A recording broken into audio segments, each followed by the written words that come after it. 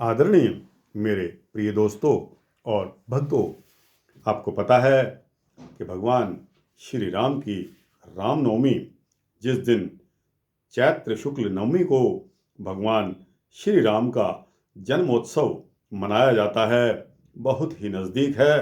अतः आज मैंने सोचा कि आपको रामनवमी के बारे में बता दूं।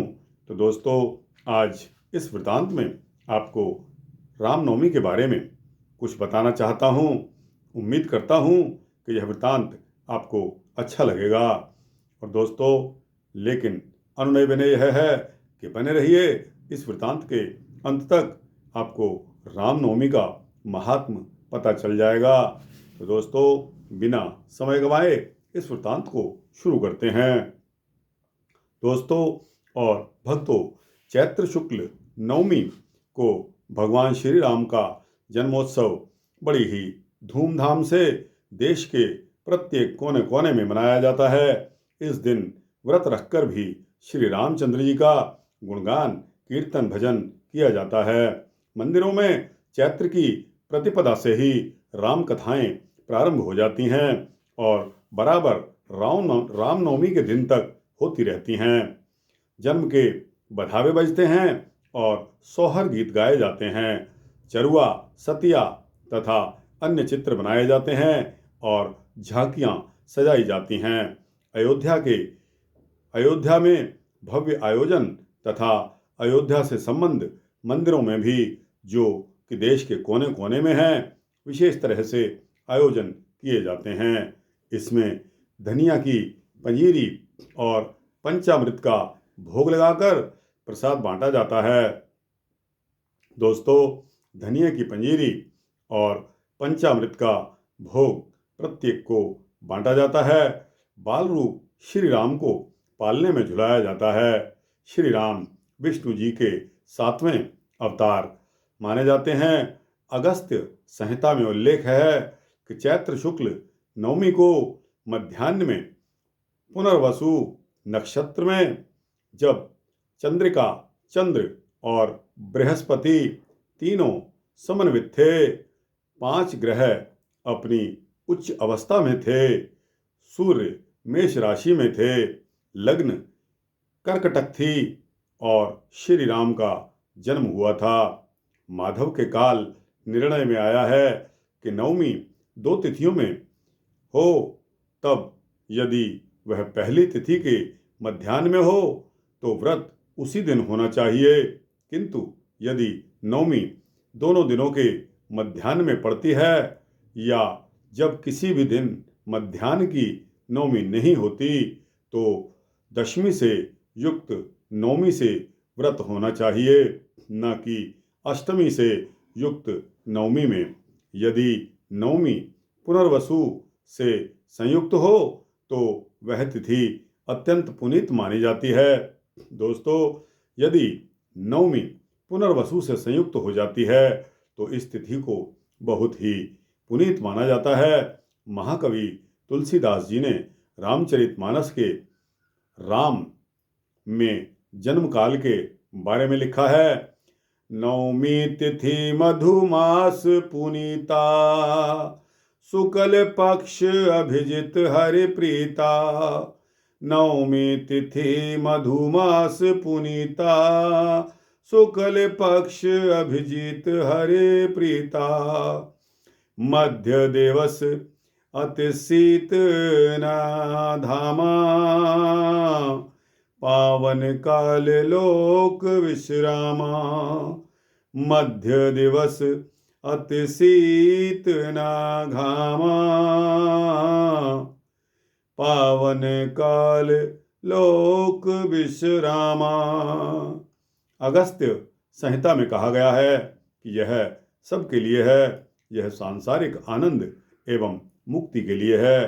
वह व्यक्ति भी जो अशुद्ध है, पापी है, या सर्वोत्तम व्रत करके सबसे सम्मान पाता है और उसके पाप कट जाते हैं। हेमाद्रि में रामनवमी व्रत की विधि इस प्रकार बताई जाती है। चैत्र के शुक्ल पक्ष की अष्टमी के दिन भक्त को स्नान करना चाहिए, संध्या करनी चाहिए एक ऐसे ब्राह्मण को आमंत्रित करना चाहिए, सम्मानित करना चाहिए जो वेदज्ञ हो, शास्त्रज्ञ हो, राम की पूजा में भक्ति रखता हो, राम भक्ति की विधि जानता हो, और उससे प्रार्थना करनी चाहिए कि मैं राम की प्रतिमा का दान करना चाहता हूँ। इसके उपरांत शरीर में लगाने के लिए उस ब्राह्मण को तेल देना चाहिए, स्नान कराकर श्वेत वस्त्र पहनाना चाहिए, पुण्य पुष्प देकर उसे सात्विक भोजन कराना चाहिए और स्वयं भी वही खाना चाहिए तथा सदा राम जी का ध्यान लगाना चाहिए, राम जी का ध्यान करना चाहिए। उस दिन रात्रि में व्रती एवं आचार्य यानी कि सम्मानित ब्राह्मण को बिना भोजन किए रहना चाहिए।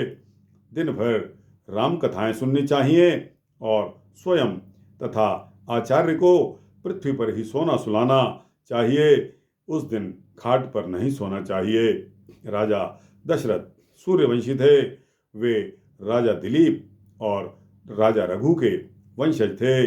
वे अयोध्या के राजा थे। त्रेता युग में राम के जन्म का वर्णन महाभारत के वन पर्व में भी हुआ है तथा रामायण महाकाव्य में भी हुआ है। राजा दशरथ संतान न होने के कारण बहुत ही दुखी थे। उन्होंने पुत्रेष्टि यज्ञ करवाया था।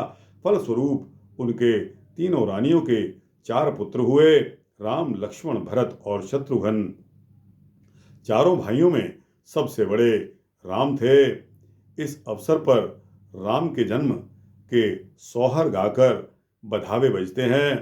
इन गीतों में माता कौशल्या की संतान के लिए चिंता, राजा दशरथ का मनस्ताप, सफाई करने वाली के मुख से अपने लिए निर्वंशी संबोधन सुनने पर वेदना, फिर दशरथ कौशल्या का तप करने के लिए जाना, विष्णु भगवान का प्रसन्न होकर दर्शन देना, वर मांगने के लिए कहना, संतान के लिए मनोकामना व्यक्त करना और वर पाने की कथा मिलती है। एक अन्य गीत में कोई ऋषि राजा दशरथ की तपस्या से प्रसन्न होकर जड़ी देते हैं कि इसे पिलाकर अपनी रानियों को पिला दें, इसे पिसवा कर अपनी रानियों को पिला दें। रानी कौशल्या ने उस जड़ी का सत एक घूंट में पिया, रानी सुमित्रा ने दूसरा घूंट और रानी कैकेयी ने सिल धोकर पी लिया। कौशल्या के राम हुए, सुमित्रा के लक्ष्मण, शत्रुघ्न, रानी कैकेयी के भरत। तीनों महलों में मंगल हो गया। एक घूंट पिए कौशल्या रानी, दूसरा सुमित्रा रानी हो। एक घूंट पिए कौशल्या रानी, दूसरा सुमित्रा रानी हो। रामा सिल धोई, रामा सिल धोई, पिए रानी कैकेयी, ता तीनों गर्भ से। सिल धोकर जब रानी कैकेयी ने पी ली तो तीनों रानियां गर्भवती हो गई। इसके आगे आता है, कौशल्या के जन्मे है राम, सुमित्रा के लक्ष्मण, शत्रुघ्न हो, रानी कैकेयी के भरत भुआल, तीनह घर मंगल हो। चैतहि कै तिथि नौमी त नौबत बाजे हो। राम जन्मे हैं दीन दयाल, ता अवध सुहावन हो। राम जन्मोत्सव के उत्साह में घर घर सोहर गाए जाते हैं। राम की छठी बरही धूमधाम से मनाई जाती है। सरयू नदी में स्नान किया जाता है। राम जन्म का सौतीरा सौठोरा बांटा जाता है। दोस्तों, राम जन्म का सौठोरा बांटने के पश्चात इस त्योहार को सरयू नदी में स्नान करके ही मनाया जाता है। सरयू का बहुत महात्म्य है। दोस्तों, सरयू में अगर आप स्नान करेंगे तो आपको मुक्ति मिलेगी, ऐसा भी ग्रंथों में आया है। तो दोस्तों, रामनवमी के बारे में यह वृत्तांत यहाँ समाप्त होता है। आपको कैसा लगा? अच्छा लगा हो तो इसको लाइक और शेयर करिए, अपने दोस्तों, भक्तों, मित्रों, जिज्ञासुओं के यहाँ भेजिए। और दोस्तों, अपने कमेंट्स बॉक्स में जाकर इस वृत्तांत के प्रति आपकी कुछ राय, शिकायत, कमेंट्स कुछ भी आप देना चाहें तो लिख सकते हैं।